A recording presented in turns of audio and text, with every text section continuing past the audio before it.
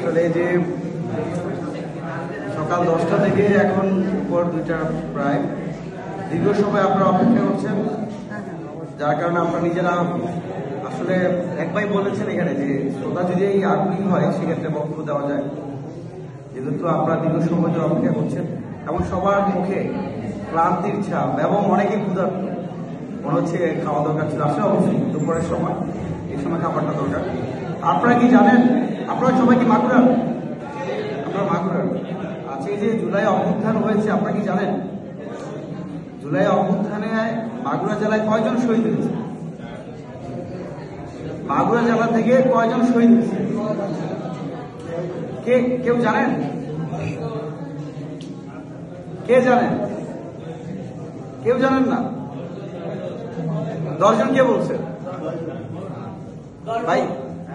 10 জন। এই যে আপনারা যারা আছেন বাড়ি, আপনারা কি একজনও জানেন না জুলাই অভ্যুত্থানে আপনাদের মাগুরা জেলা থেকে কয়জন শহীদ হয়েছে? প্রথমে আমরা গভীর শ্রদ্ধার সাথে স্মরণ করছি জুলাই আগস্ট যে ছাত্র নাগরিক অভ্যুত্থান হয়েছে, সেই অভ্যুত্থানে আপনাদেরই ভাই, আপনাদেরই অনেক বোন, সহযোদ্ধা, মাগুরার 10 জন বীর এই অভ্যুত্থানে শহীদ হয়েছে। আমরা তাদের আত্মার মাগফিরাত কামনা করছি। আসলে আমি খুবই অবাক হলাম যে আপনারা এসএসসি পরীক্ষা দিয়েছেন, জিপিএ 5 পেয়েছেন এবং আপনাদেরকে নিয়ে আমি অনেক বেশি প্রাউড ফিল করি, কিন্তু আপনাদের পাশে এত বড় একটা ঘটনা ঘটে গেল, সেক্ষেত্রে আপনারা 10 জন মানুষ শহীদ হয়েছে সেই বিষয়ে আপনারা নাই। ক্ষুধা লাগতেই পারে, আপনাদের ক্ষুধা লাগতেছে, ক্লান্ত বুঝতেছি, এই বিষয়গুলো জানা দরকার। প্রথমে আমি আপনাদেরকে ধন্যবাদ জানাচ্ছি বাংলাদেশ ছাত্র অধিকার পরিষদ মাগুরা জেলা শাখা কর্তৃক আয়োজিত আজকের এসএসসি পরীক্ষার্থী এবং দাখিল পরীক্ষায় যারা জিপিএ 5 পেয়েছে কৃতি শিক্ষার্থীদেরকে আমরা ছাত্র অধিকার পরিষদের পক্ষ থেকে শুভেচ্ছা জানাই, তাদেরকে ধন্যবাদ জানাচ্ছি। ইতিমধ্যে আমাদের অনেকগুলো বক্তা বলেছেন যে আসলে এসএসসি পরীক্ষা জিপিএ 5 পাওয়া ভালো রেজাল্টের পর আসলে এই যে আপনারা যে কথা বলছেন, আপনাদের কথা, একজন মানুষ কথা বলছেন, প্রেক্ষিতে আপনারা কথা বলছেন, এটা কিন্তু আসলে ভদ্রতা না, ঠিক আছে? একজন ভালো স্টুডেন্ট অনেকগুলো গুণ আছে, একটা ভালো স্টুডেন্ট অনেকগুলো গুণ আছে। বাবা মাকে সম্মান দেওয়া, আরেকজনের কথা শোনা, মানে আপনি যদি ভালো জীবনে কিছু করতে চান বেশি শুনতে হবে, আর যখন বেশি বেশি শুনবেন তখন অনেক বেশি করতে পারবেন। আমরা অনেক পিছিয়ে আছি কেন? আমরা মানুষের কথা শুনি না। আমাদের মনে হয় আমরা সব জানতে সংসার। আপনারা কি জানেন সব জানতে সংসার কাকে বলো? পড়া বই আছে, পড়বেন, ওইখানে বলে যে নিজেরা সব জানি, কারো কথা পাত্তা দিই না।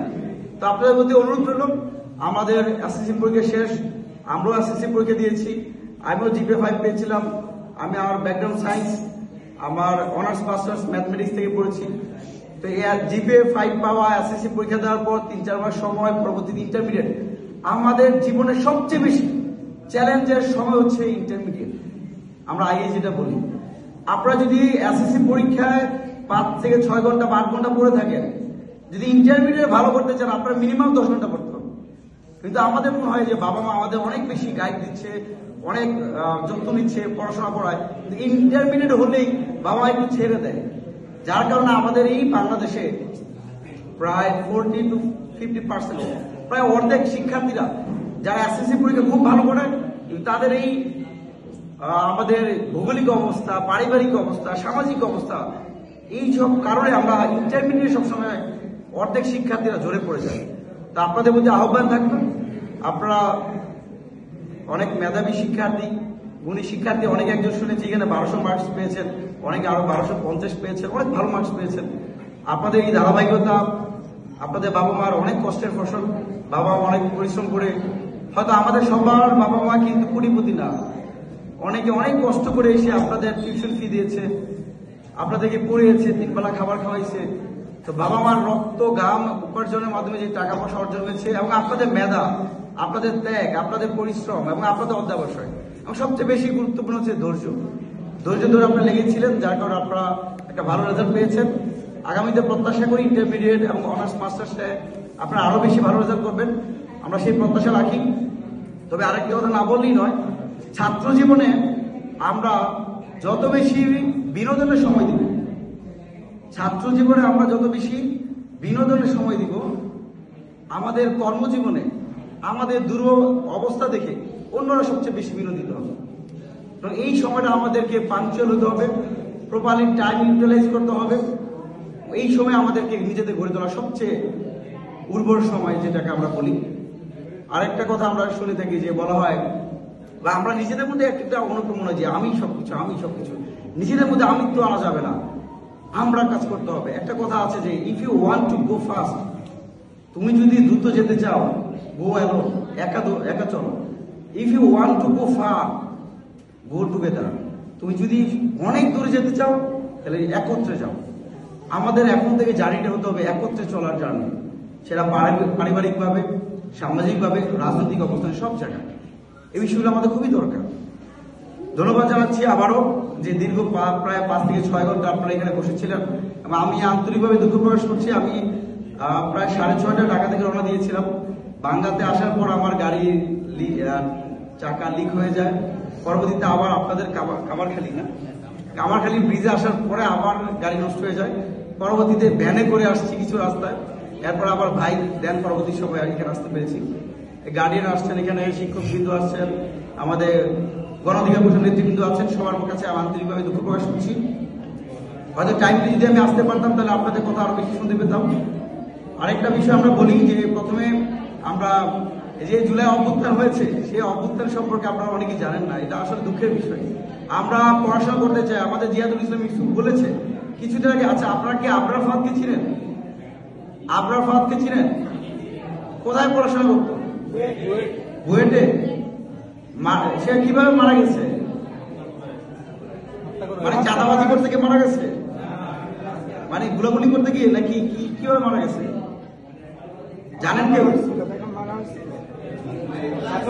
মেরে ফেলা হয়েছে। এই যে বুয়েট বাংলাদেশের সবচেয়ে বড় বিদ্যাপীঠ বলা হয়, শিক্ষাপীঠ বলা হয়, সেই বুয়েটে সবচেয়ে বেশি মেধাবী যারা, আপনাদের এখানে যারা সায়েন্সে আছেন, যারা ভালো স্কোর করবেন একসময় আপনারা বুয়েটে যাবেন, সবচেয়ে মেধাবী শিক্ষার্থীরাই কিন্তু বুয়েটে পড়েছে। এবং বুয়েটে পড়া অবস্থায় আরেকজন মায়ের মুখ খালি করেছে।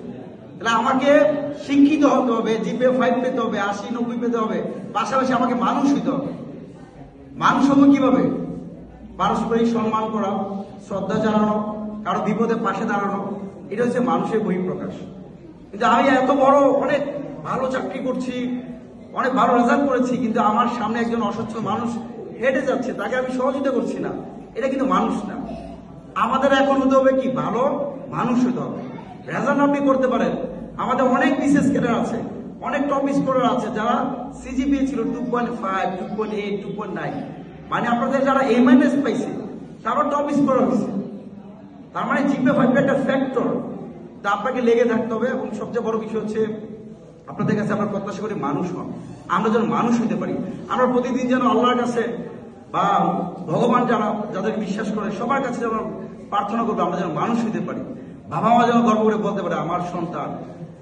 তো আজকে আসলে অনেক কথা বলার ইচ্ছা ছিল, বাট আপনাদের অ্যাটেনশন প্লাস অনেক সময় থাকার কারণে বলবো না। তো আমরা যেহেতু আজকে ছাত্র অধিকার পরিষদের প্রোগ্রাম, আমরা কি প্রোগ্রাম করে থাকি? ছাত্র অধিকার পরিষদ এই ধরনের প্রোগ্রামই করে থাকে। যারা এসএসসি পরীক্ষা দিয়েছে, মেধাবী শিক্ষার্থী, তাদেরকে সংবর্ধনা দেওয়া। আমরা চাই আপনারা কোন রকম ভাবে ন্যূনতম যদি আপনারা একটু উজ্জীবিত হন, আমাদের কাছে এসে আমরা একটা ক্রেস্ট দিচ্ছি। এই ক্রেস্ট তো অনেক হাজার টাকা না, বা আপনারা যে বসেছিলেন অনেক সময় হাজার টাকার চেয়ে সময় নষ্ট করে ফেলেছেন। হয়তো ওইভাবে খাওয়াটা লাঞ্চ করতে পারি নাই, আপনাদের দিতে পারি নাই। আমাদের আসলে অন্য বড় সংগঠনের মধ্যে হাজার টাকাও নাই। কিন্তু এই যে আপনারা বসে আছেন, আমরা চাই আপনারা আসছেন, আপনাদের কথা আমরা শুনবো, এবং এখানে যারা গুরুজন আছে তাদের কথা আপনারা শুনবেন। আপনারা যেন ন্যূনতম একটু উজ্জীবিত হন। আমি যখন এসএসসি পরীক্ষায় জিপিএ 5 পেয়েছিলাম, আমাকে এরকম একটা সংবর্ধনা দিয়েছে। আমার পরবর্তীতে মনে হলো যে আমি ম্যাথে তখন 85 পাইছিলাম, আমার মনে হচ্ছে যে পরবর্তীতে আমার 90-এর উপর পাইতে হবে। তাহলে আমি যদি আরো বেশি পাই, তাহলে আমার মানুষের কাছে আরো বেশি, আমার চেয়েছে একটা ক্ষুধা যেটা বলে, বাবা মা বেশি প্রাউড ফিল করবে, আমার নিজের কাছে ভালো লাগবে। তো আপনাদেরকে এইখানে ডেকে নিয়ে আসা মানে আপনাদেরকে পরবর্তী স্টেপগুলোতে যেন আরো বেশি কর্মঠ হতে পারেন, পড়াশোনা মনোযোগী হতে পারেন, সেই জন্য আসা। তবে আমরা ছাত্র অধিকার পরিষদ বরাবরই শিক্ষার্থীদের জন্য কাজ করে থাকি। আপনারা দেখেছেন আমাদের যখন কোনো শিক্ষার্থী কোনো বিপদে পড়ে, সবার আগে যদি কোনো একটা সংগঠন তাদের পাশে দাঁড়ায়, তার নাম হচ্ছে ছাত্র অধিকার পরিষদ। যখন শিক্ষার্থীরা টিউশন পায় না, আমরা পড়াশোনা করছি, আমি নিজে টিউশন করেছি, আমি ম্যাথে পড়েছি, ইন্টারমিডিয়েট অনার্স থেকে টিউশনই করি। তো আমাদের যেই সার্কেল আছে আমরা টিউশন করার ব্যবস্থা করে দিই উইদাউট মিডিয়া, কোনো টাকা পয়সা ছাড়া, যেন শিক্ষার্থীরা এসে পড়াশোনা করতে পারে। আবার যদি কারো অসুস্থ রোগী আছে, তার ব্লাড লাগবে ইমার্জেন্সি, আমি এখানে বসেছিলাম, এখানে বসা অবস্থায় আমি 5 জনের ব্লাড ম্যানেজ করে দিয়েছি, ইমিডিয়েটলি ব্লাড ম্যানেজ। তো আমাদের এই যে মানুষের পাশে দাঁড়ানো, পরবর্তীতে আমাদের অনেক মেধাবী শিক্ষার্থী আছে যারা মানে একটু যদি আমরা সাপোর্ট দিই তাদেরকে, তারা খুব ভালো করতে পারবে। অনেকে বই কিনতে পারে না, আপনাদের কাছে এইগুলো মনে হয় অবান্তর হইতে পারে বা কল্পনা প্রসূত কথা হইতে পারে, কিন্তু বাংলাদেশে অনেক শিক্ষার্থী আছে যাদের ঘরে আসলে যখন পড়তে বসে উপর দিয়ে বৃষ্টি পড়ে ছাদ থেকে, অনেক শিক্ষার্থী আছে যাদের বইটা কিনা সহযোগিতা হয় না। আমরা অনেকে ওদের 2-3টা টিচার দিয়ে পড়াশোনা করি। তো আমরা সেই সকল অসচ্ছল শিক্ষার্থীদের পাশে দাঁড়াই। ছাত্র অধিকার পরিষদ 2018 সাল থেকে প্রতিষ্ঠা হওয়ার পর থেকেই আপনারা যে আজকে এসএসসি পরীক্ষা দিয়েছেন, ইন্টারমিডিয়েট পড়বেন, ভার্সিটিতে যাবেন, আমাদের জীবনটা আসলে এরকম ছিল না। গত 8-9-10 বছর আমরা যখন বিশ্ববিদ্যালয়ে গেছি, এখন শিক্ষার্থীর কাজ কি? আপনি বিশ্ববিদ্যালয়ে যাবেন, আপনি পড়াশোনা করবেন, লাইব্রেরিতে যাবেন, ক্লাসে আসবেন, পরীক্ষা দিবেন। আপনার যদি মন চায়, আপনার যদি কোনো রাজনীতি করতে মন চায়, একান্ত আপনি করতে পারেন। কিন্তু আমরা এমন এক বাংলাদেশে ছিলাম, যেই বাংলাদেশে আপনি ক্লাসরুমে বাদ দিয়ে আপনার রুম থেকে ধরে ধরে নিয়ে এসে আপনাকে রাজনীতি করতে হয়েছে, আপনার পরীক্ষা বাদ দিয়ে আপনাকে রাজনীতি করতে হয়েছে। যে রাজনীতি করতে চায় নাই তাকে গণরম গেস্ট রুমে নির্যাতন করা হয়েছে। আপনারা তো মুভিতে দেখেছেন, র্যাগিং এর কথা শুনেছেন। র্যাগ করা যে মানুষকে মানে মনস্তাত্ত্বিক ভাবে তাকে দুর্বল করে তোলা, অনেককে মানে কি বিবস্ত্র র্যাগিং না, এটা একটা অসুস্থ জিনিস।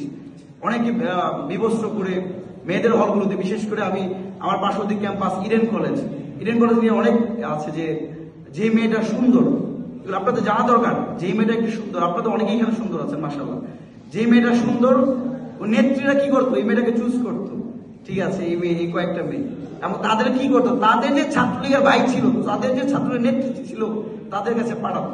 এটার নাম কি রাজনীতি হতে পারে? এটা কি কোন শিক্ষা প্রতিষ্ঠান হতে পারে?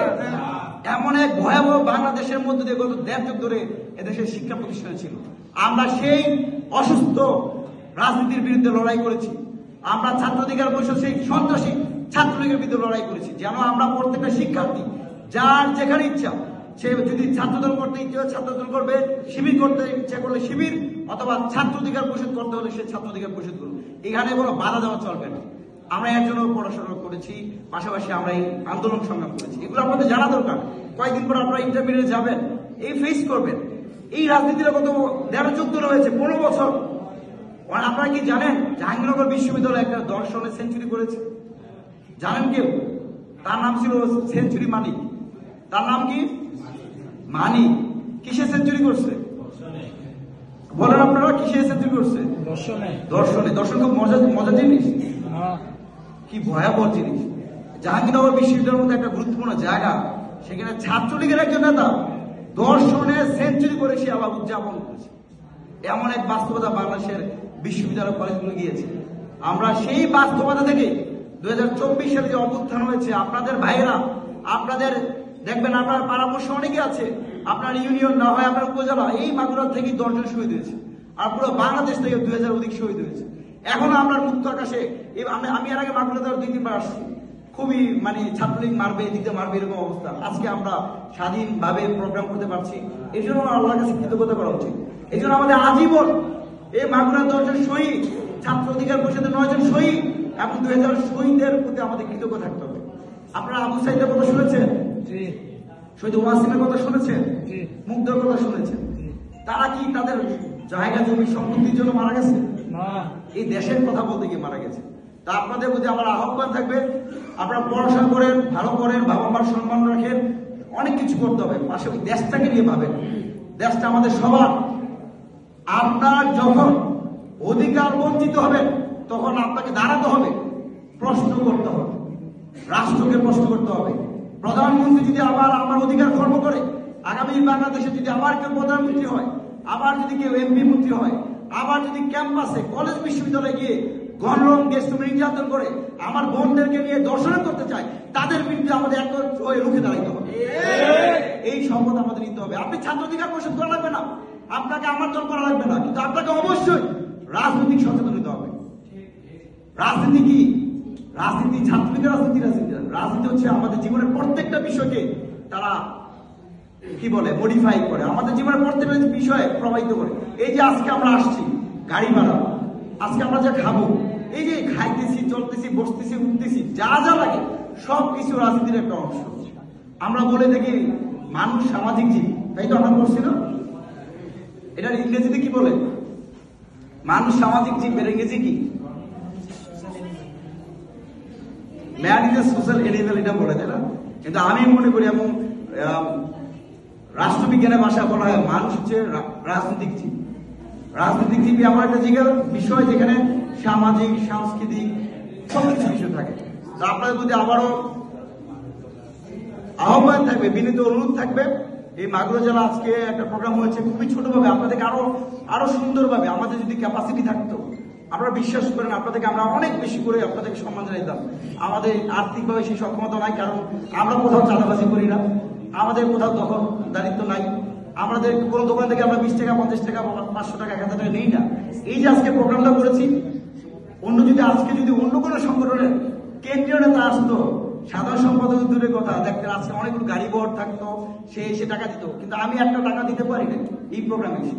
এই যে মাগুরা জেলা ছাত্র অধিকার পরিষদের যারা হাসিব আছে, ইউসুফ আছে, বা যারা আছে, এরা নিজেরা কেউ 100 টাকা, 200 টাকা, 500 টাকা দিয়ে সবাই সম্মিলিত একটা ক্রাউড ফান্ডিং করে আমরা চেষ্টা করেছি। আমরা চাইলে তো পারতাম, আমরা তো আপনাদের চেয়ে বেশি বয়স ডিফারেন্স না, হয়তো আপনারা এখন এসএসসি দিয়েছেন, আমি মাস্টার্স, বা অনেকে আছে বেশি ডিফারেন্স না কিছুদিন। তা আমরা তো এই লড়াই করতেছি আপনাদের পর থেকে, ইন্টারমিডিয়েট থেকে। তা আমরা তো চাইলে পারতাম যে রেস্টুরেন্টে গিয়ে খাইতে, আমরা তো চাইলেই পারতাম পার্কে গিয়ে ঘুরতে, গার্লফ্রেন্ড নিয়ে, পারতাম না? তো আপনাদের এই কাজ কেন করতেছে? আমাদের তো অবশ্যই এই দেশের এই মানুষের প্রতি দায়বদ্ধতা রয়েছে। আপনাদের প্রতি আহ্বান, আপনারা আগামীতে এসিলেন্ট হবেন, আগামীতে আপনারা ম্যাজিস্ট্রেট হবেন, আগামীতে আপনারা পুলিশ ক্যাডার হবেন, আগামীতে আপনারা এমপি পুত্রী হবেন। সুতরাং আপনারা সবার আগে মানুষ হতে হবে। সেই মানুষ হওয়ার আহ্বান জানিয়ে আমি আমার সংক্ষিপ্ত বক্তব্য এখানে শেষ করছি। সবাই সুস্থ থাকবেন, ভালো থাকবেন, আপনাদের আরো ভবিষ্যৎ সফল করতে করছি। মোরা শিক্ষা হব অধিকার সোচ্চার, মোরা প্রগতির পথে অগ্রগামী হব, নির্ভীক বাধাহীন দুর্বল। ধন্যবাদ সবাই।